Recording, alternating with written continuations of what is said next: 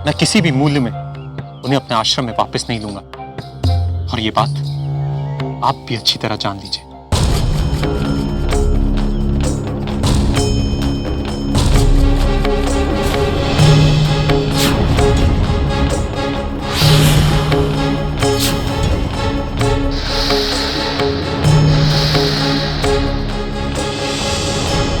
ये दुष्टा फिर वापस आ गई, किंतु मैं इसे भीतर नहीं आने दूंगा। इस आश्रम की पावनता फिर से नष्ट नहीं होगी। रुक जाइए ऋषिवर, हमारी संस्कृति में तो पशुओं का भी अपमान नहीं किया जाता। ये तो फिर भी आपकी पत्नी है, इनका अपमान ना कीजिए। हम दीदी का स्वागत करके उन्हें भीतर लेकर आते हैं। आप यहीं रुकिए।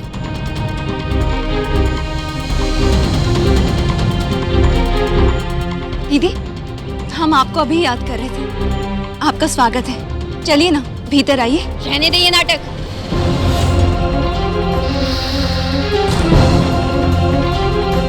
मैं भली प्रकार जानती हूँ कि तू मुझे कितना याद करती है। मन में तो तू दुखी हो रही है कि तेरे हाथ से ऋषिवर की सर्वश्रेष्ठ पत्नी का पद निकल जाएगा, और ऊपर से स्वागत का नाटक कर रही है। इसीलिए तूने उन्हें यहाँ से तो भेज दिया और स्वयं यहाँ दिखावा करने के लिए आई है। हमारा विश्वास करो दीदी, हम तो ऋषिवर से आप ही के बारे में बात कर रहे थे और हमने उन्हें नहीं भेजा है, वो तो स्वयं ही चले गए। जा, ऋषिवर को बुला कर ला। जब तक वे स्वयं यहाँ पर आके मेरा स्वागत नहीं करेंगे, मैं इस आश्रम में प्रवेश नहीं करूंगी। आप तो ऋषिवर को जानती हैं ना दीदी, वे बहुत ही हठी हैं, हमारी बात नहीं मानेंगे वे। देखा, यही तो मैं कह रही थी। तू चाहती ही नहीं है कि ऋषिवर यहाँ पर आके मेरा स्वागत करे। तू कभी चाहती नहीं है कि मैं इस आश्रम में वापस आऊं। किंतु मैं तुझे भली प्रकार जानती हूँ। तू ऋषिवर को अपनी उंगलियों पर नचाती है, किंतु अब बहाने बनाना बंद कर और जाकर ऋषिवर को बुला के ला। चल।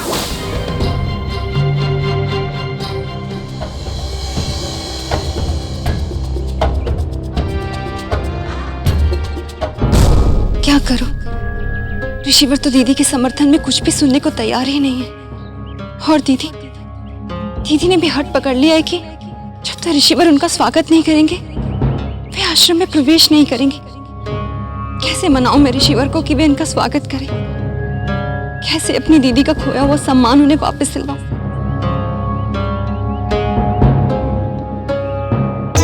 ये बुलाकर लाएगी क्या ऋषिवर को? पता नहीं, किंतु ये तो कभी नहीं चाहेगी कि मैं इस आश्रम में वापस लौट कर आऊं। उल्टा ये ऋषिवर को जाकर भड़काएगी कि वे मुझे भीतर कभी ना आने दे। किंतु ये नहीं जानती, जब तक ऋषिवर मुझे स्वेच्छा से इस आश्रम में नहीं वापस स्वागत करके लाएंगे, मैं इस आश्रम में नहीं आऊंगी। और यदि उन्होंने ऐसा ना किया तो मेरे दोनों परमवीर पुत्र उन्हें विवश कर देंगे कि वे इस आश्रम में मेरा स्वागत करके रहे। नहीं नहीं नहीं, एक बार नहीं और 100 बार नहीं। मैं किसी भी मूल्य पर उस स्त्री को अपने आश्रम में वापस आने का न्योता नहीं दूंगा। ऐसे हट ना कीजिए स्वामी, दीदी आश्रम के द्वार पर खड़ी हैं और यदि आप स्वयं उनका स्वागत करने नहीं गए तो वे भीतर नहीं आएंगी। नहीं आएंगी तो बहुत अच्छा होगा। लौट जाने दीजिए उन्हें वहां से। उनके व्यवहार को याद करके मेरा रक्त खौल उठता है। आप सोच भी कैसे सकती हैं उन्हें आश्रम में वापस बुलाने का? उनके क्रोध का कारण आपकी उपेक्षा है स्वामी। यदि आप एक बार फिर उन्हें स्वीकार कर उनका खोया हुआ सम्मान उन्हें वापस लौटा देंगे तो वो इस प्रकार का व्यवहार नहीं करेंगे। उनके क्रोध का कारण मेरी उपेक्षा नहीं, अपितु मेरी उपेक्षा का कारण उनका व्यवहार है। ये तो हमारा सौभाग्य था कि देवी दीदी हमसे दूर चली गई थी, किंतु अब मैं किसी भी दशा में उन्हें अपने आश्रम में वापस नहीं लूंगा।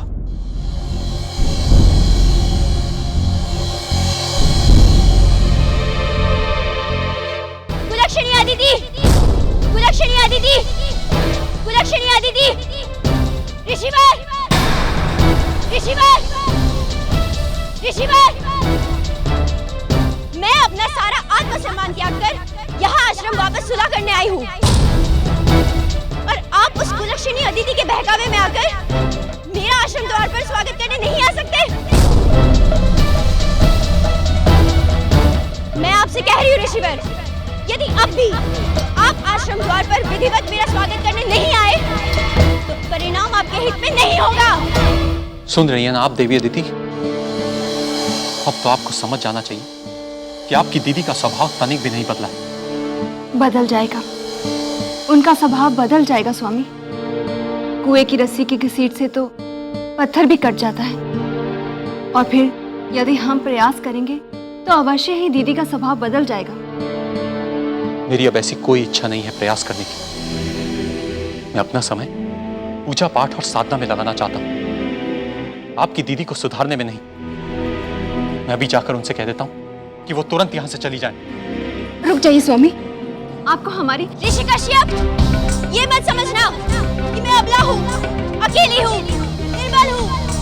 मेरे दो बलशाली पुत्र हैं जो ब्रह्मदेव से वरदान पाकर अजय हो गए हैं। इस आश्रम में वापस सम्मान पूर्वक बुलाया जाना मेरा अधिकार है, और यदि आपने स्वेच्छा से मुझे मेरा अधिकार नहीं दिया तो मैं अपने दोनों पुत्रों को बुलाने पर विवश हो जाऊंगी, और फिर वे अपने बल का प्रयोग करके मुझे मेरा अधिकार दिलाएंगे।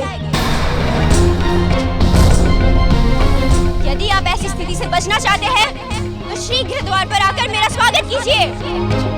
देवी अदिति, जाइए और अपनी बड़ी बहन को याद दिलाइए कि कुछ समय पूर्व उन्हें ऐसा ही भ्रम अपनी पुत्री सिंहिका को लेकर हो गया था। तब भी सिंहिका के बल के गर्भ में चूर होकर वो सारे आश्रम का वातावरण दूषित कर रही थी। तब मैंने अपने तपोबल से उन माता पुत्रियों को इस आश्रम से बहुत दूर भेज दिया था। यदि अब वो अपना अपमान नहीं कराना चाहती तो चली जाए यहां से।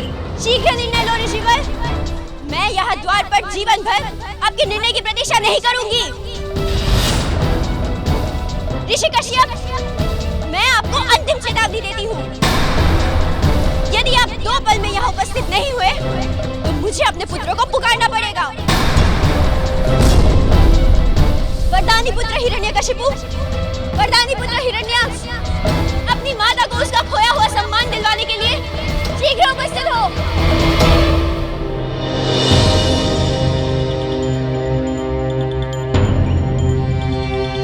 दीदी, क्रोध त्याग दीजिए। हम प्रयास कर रहे हैं कि ऋषिवर मान जाए आपके स्वागत करने के लिए। तू कुछ नहीं कर रही, केवल मेरे सामने नाटक कर रही है। और ये ऋषिवर, ये स्वयं को समझते क्या है? आज मेरे पुत्र इन्हें उचित पाठ पढ़ाकर रहेंगे। वरदानी पुत्र हिरण्यकशिपु, ऐसा रख मत कीजिए दीदी, ऐसा करने से केवल झगड़ा बढ़ेगा ही, प्राप्त कुछ भी नहीं होगा।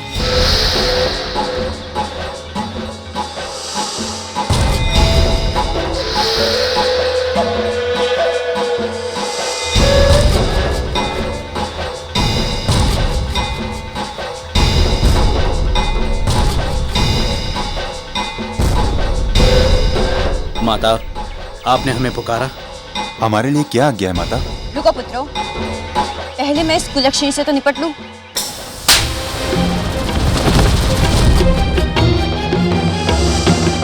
कुलक्षणी, कुलघातिनी, तूने हमारे महान कुल का नाम मिट्टी में मिला दिया। तेरे कारण ऋषिवर ने कभी मुझे अपना नहीं समझा, कभी मुझे प्रेम और सम्मान नहीं दिया। इसी कारण आज मैं तुझे दुखी करने के लिए तुझे श्राप देती हूँ कि तेरा वरदानी पुत्र इंद्र स्वर्ग का राज सिंहासन प्राप्त करने के बाद भी कभी सुखी नहीं रहेगा।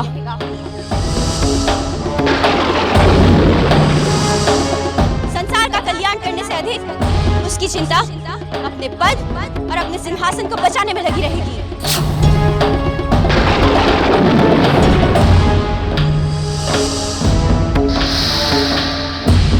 मेरे सिंहासन पर कोई संकट नहीं। वो पाखंडी मुनि नारद अकारण ही मुझे धमका रहा था। किंतु मुनिवर नारद भला ऐसा क्यों करेंगे? आपको धमकाने से उनका कौन सा स्वार्थ सिद्ध हो जाएगा? ये तो वही बता सकता है। मैं तो केवल इतना ही जानता हूं कि वो साधु महाप्रपंची है। वो कौन सा प्रपंच किस प्रयोजन से रचेगा, ये तो स्वयं ब्रह्मदेव भी नहीं बता सकते। और आज तो स्वयं गुरुदेव बृहस्पति भी उसके षड्यंत्र में सम्मिलित हो गए। स्वामी, ये क्या हो गया है आपको?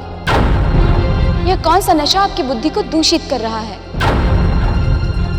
पहले आपने देवर्षि नारद जैसे महाज्ञानी भक्त शिरोमणि को बुरा भला कहा, फिर देवगुरु को अनुचित उत्तर दिए, और अब तो आप देवगुरु पर षड्यंत्र का आरोप लगा रहे हैं। तो क्या गुरु बन जाने से ही कोई व्यक्ति समस्त बुराइयों से परे हो जाता है? जो सत्य है वो सत्य ही रहेगा। मेरे सिंहासन पर संकट की बातें कर रहे थे दोनों। लगता है तुम भूल गए शची कि मैं वही महावीर हूं जिसने महाबलशाली असुराज पुलुमान को एक ही झटके में यमलोक पहुंचा दिया था।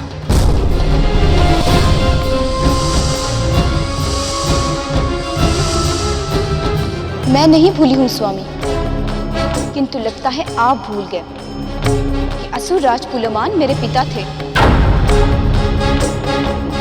हमारा कहने का यह अर्थ नहीं था देवी। हम तो केवल इतना कह रहे थे कि हमारा पराक्रम पूरा संसार जानता है और अपने सिंहासन की रक्षा करने में हम समर्थ हैं। स्वामी, अहंकार वह शत्रु है जो मनुष्य को भीतर से खोखला कर देता है। अहंकार में डूबे मनुष्य को यह पता भी नहीं चलता कि कब उसका पतन हो। और जहां तक कि आपके पराक्रम का प्रश्न है, तो कल तक मेरे पिता इस संसार के सबसे पराक्रमी व्यक्ति थे, और आज आप हैं। किंतु किसी दिन कोई आपसे अधिक पराक्रमी जन्म ले लेगा, ये कोई नहीं जानता। तो फिर हम उस दिन की प्रतीक्षा ही क्यों करेंगे? हम आज ही पाताल लोक जाकर समूची असुर जाति को नष्ट कर देंगे।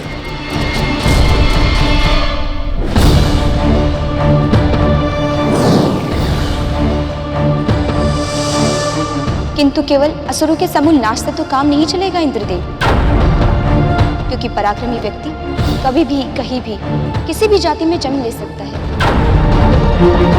असुरों के बाद आपको मानव, यक्षों, गंधर्वों और स्वयं देवताओं का समूल नाश करना होगा, और अंत में तो इस संसार में केवल आप ही रह जाएंगे। ये तो तुम शब्दों के जाल बुन रही हो। ये सब स्त्रियों का काम है। इसमें फंसाकर तुम हमें हरा सकते हो, किंतु रणभूमि में हमें हराना आसान नहीं होगा। असुरराज विप्रचति और सिंहिका के पुत्र को तो हम चूंटियों की भांति मसल कर रख देंगे। एक ही ठोकर में हम उसे धूल में उड़ा देंगे।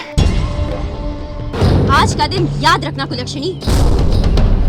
आज के दिन मेरे श्राप के कारण तेरा गर्व चूर चूर हुआ है। माता, हमें भी तो कोई आदेश दो। हमें किस कारण बुलाया आपने यहाँ? रुको बेटा, तुम्हें भी आदेश दूंगी।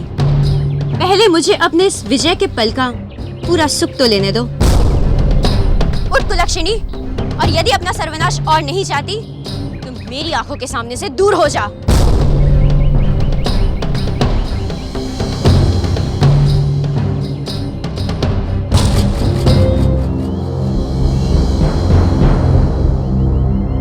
दुष्टा दीदी!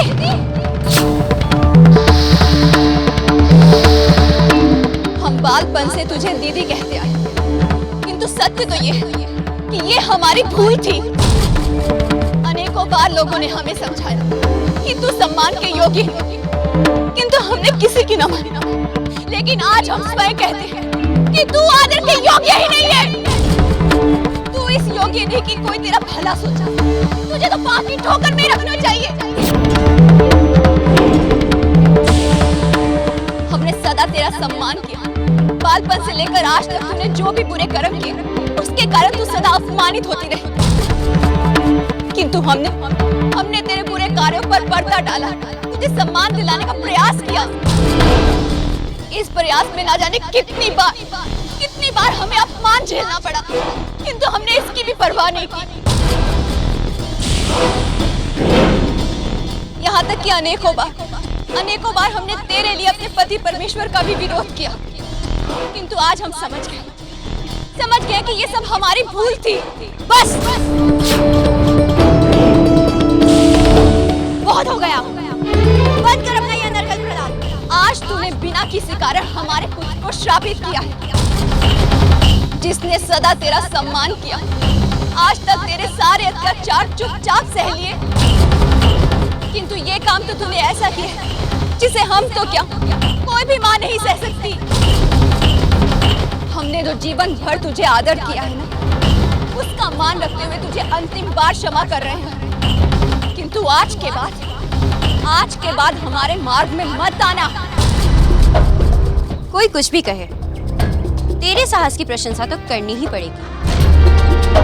जब शत्रु सामने खड़ा हो तो उसका कुछ ना किया जाए और अगली बार की धमकी दी जाए। ऐसा साहस तो केवल तू ही कर सकती है। आज तुझे जो भी बकना है बक ले, किंतु ये याद रखना, आज जो तूने बिना किसी अपराध के हमारे पुत्र को श्राप दिया है ना, इसका दंड तो तुझे भोगना ही पड़ेगा। और आज ऋषिवर के स्थान पर हम तुझसे ये कहते हैं कि इस आश्रम के भीतर तू नहीं आएगी। यहाँ कोई स्थान नहीं है तेरे लिए।